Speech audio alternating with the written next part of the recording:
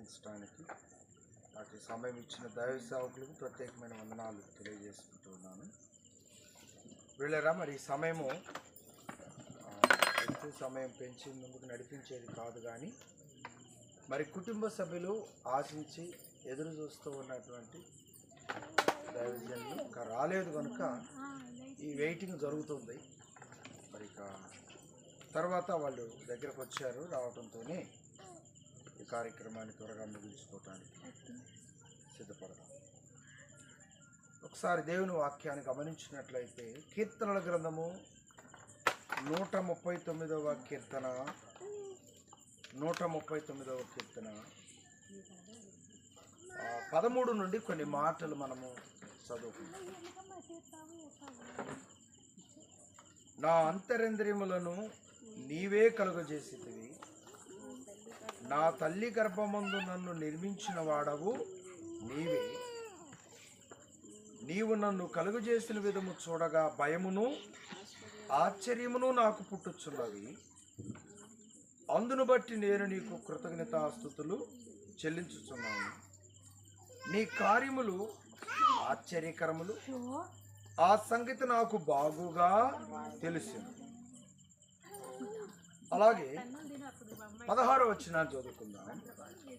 నేను పిండమునై ఉండగా నీ కన్నులు నన్ను చూసెను, నియమింపబడిన దినములలో ఒకటైనను కాకమునుపే నా దినములన్నీయు నీ గ్రంథములో లిఖితములాయను.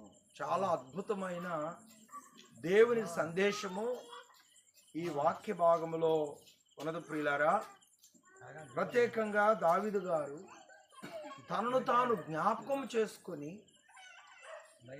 తన జీవితం ఏంటో, తన స్థితి ఏంటో, తన నిర్మాణం ఏంటో ఇవన్నీ కూడా జ్ఞాపకం చేసుకొని తన యొక్క ఆలోచన విధానాలు దేవుడు తన పట్ల ఏర్పాటు చేసినటువంటి ఆ అద్భుతమైన నిర్మాణం అంతటిని కూడా జ్ఞాపకం చేసుకొని దేవునికి ఎంతగానో కృతజ్ఞతలు చెల్లిస్తూ ఉన్నాడు. ఈరోజు ప్రియులరా, మనం బాలుడు లేక బాలిక లోకంలో జన్మించడంతోనే ఒకరోజు అయింది, వారం అయింది, నెల అయింది, సంవత్సరం అయింది అని మనం సంబరపడుతూ ఉంటాం. కానీ ఆ నిర్మాణం, ఆ ఎదుగుదల, ఆ దేవుని యొక్క ప్రణాళిక చాలా గొప్పగా ఉంటుంది ప్రియులారా. ఆ ప్రణాళికలను మనం అర్థం చేసుకున్నప్పుడు మన తలంపులను మనం ఈ లోక సంబంధమైన గొప్పతనానికి ప్రాధాన్యత ఇవ్వము, కానీ మొదటిగా దేవుడు అనుగ్రహించినటువంటి ప్రత్యేకతను బట్టి మనం ప్రాధాన్యత ఇచ్చి దేవునికి కృతజ్ఞతలు చెల్లించే వారంగా ఉంటామని దేవుని వాక్యం అయితే తెలియజేస్తాం. కాబట్టి ప్రియులారా, ఈరోజు మరి ప్రత్యేకంగా కాకుమాను జాన్ యారోన్ బట్టి దేవునికి ప్రత్యేకమైన వందనాలు చెల్లిస్తూ ఉన్నాను. అలాగే ఆ బిడ్డను దేవుడు ప్రేమించి వారికి అనుగ్రహించినటువంటి జాన్ విల్సన్ సౌజన్యను బట్టి మనం ప్రత్యేకంగా దేవునికి వందనాలు చెల్లిస్తూ ఉంటూ ఉన్నాం. ఎందుకంటే ఒకప్పుడు వారు విడివిడిగా ఉన్నవారు, మరి దేవుని సంకల్పాన్ని బట్టి వివాహ వ్యవస్థలోనికి ప్రవేశించి మరి వారు ప్రార్థించి వారి కుటుంబ వ్యవస్థను ముందుకు కొనసాగించుకుంటూ ఉండగా దేవాతి దేవుడు అద్భుతమైనటువంటి గర్భఫలం అనే ఆ బహుమానాన్ని దేవుడు వారికి అనుగ్రహించి ఆ గర్భఫలము, ఆ బహుమానమును దేవుడు తల్లి గర్భములో ఆశీర్వాదకరంగా వృద్ధి చేసి ఆ బిడ్డ తల్లి గర్భంలో నుండి ఈ భూలోకంలోనికి వచ్చినప్పుడు దేవుడు ఇచ్చినటువంటి ఆ బిడ్డను బట్టి దేవునికి వందనాలు చెల్లిస్తూ అనుదినము ఆ బిడ్డను బట్టి దేవుని కృతజ్ఞతలు చెల్లిస్తూ సంతోషకరమందు, అలాగే కొన్ని సందర్భాలలో అనారోగ్య పరిస్థితుల్లోనూ ఆరోగ్య పరిస్థితుల్లోనూ దేవునికి వందనాలు చెల్లించుకుంటూ ప్రియులరా, సంవత్సరంలోనికి ప్రవేశించే ఒక మహా గొప్ప భాగ్యాన్ని అనుగ్రహించిన దేవునికి ప్రత్యేకమైన కృతజ్ఞత వందనాలు చెల్లించడం అనేటువంటిది చాలా ఆశ్చర్యం. అందుకని కీర్తనాకారుడు అన్నాడు, దేవా నీవు నన్ను కలుగజేసిన విధము చూడగా నాకు భయమును ఆశ్చర్యమును పుట్టుచున్నవి. ఎందుకంటే ఆ నిర్మాణంలో ఉన్న ఆ గొప్పతనం వర్ణించలేము.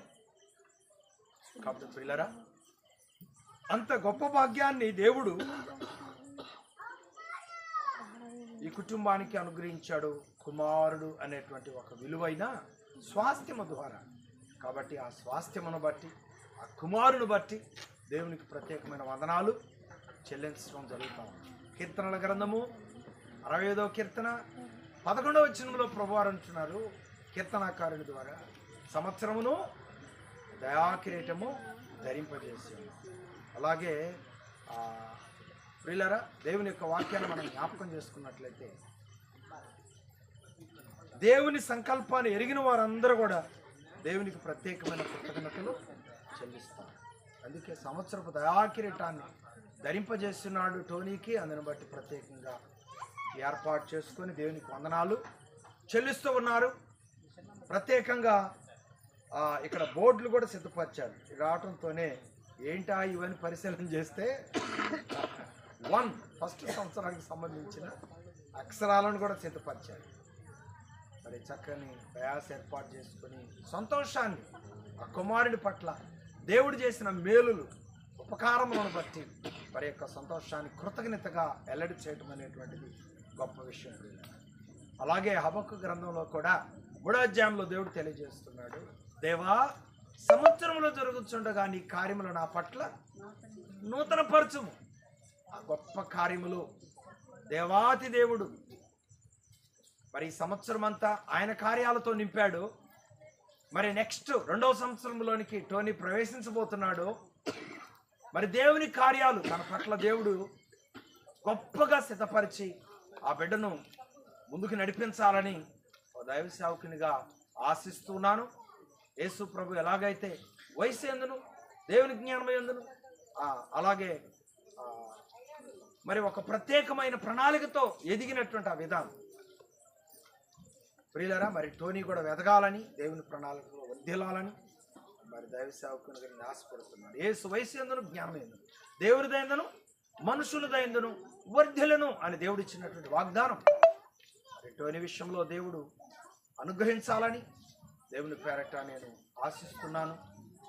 దేవుని చేతులకు ఆ బిడ్డను అప్పగించి ఘనమైనటువంటి దీర్ఘాయువును పొందుకొని సుఖజీవములతో గడుపు సంవత్సరాలు ఆ బిడ్డ అందుకొని దేవుని ప్రణాళికలో ముందుకు నడవాలని దైవ సేవకుని నేను ఆశిస్తున్నాను.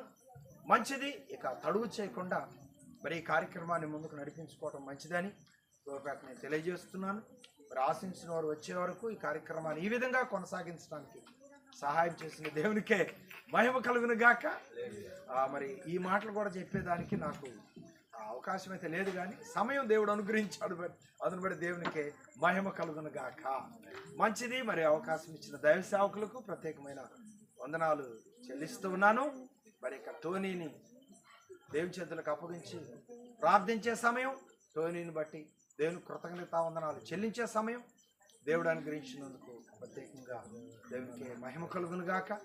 ఈ అవకాశం ఏర్పాటు చేసి ప్రేమతో ఆహ్వానించిన దైవజనులు మ్యాథ్యూవయ్య గారికి, లేలా సామ్యుల అక్క గారికి, మరి ముఖ్యంగా సన్నీకి, సౌజన్యకు ప్రత్యేకంగా వందనాలు తెలియజేస్తూ టోనీని దేవాతి దేవుడు మరి ఒక నూతన సంవత్సరంతో వర్ధనం చేసి ముందుకు నడిపించాలని ఆశిస్తూ ఈ మాటలు దేవుడి మాటలు దీవించును గాక. ఆమేన్.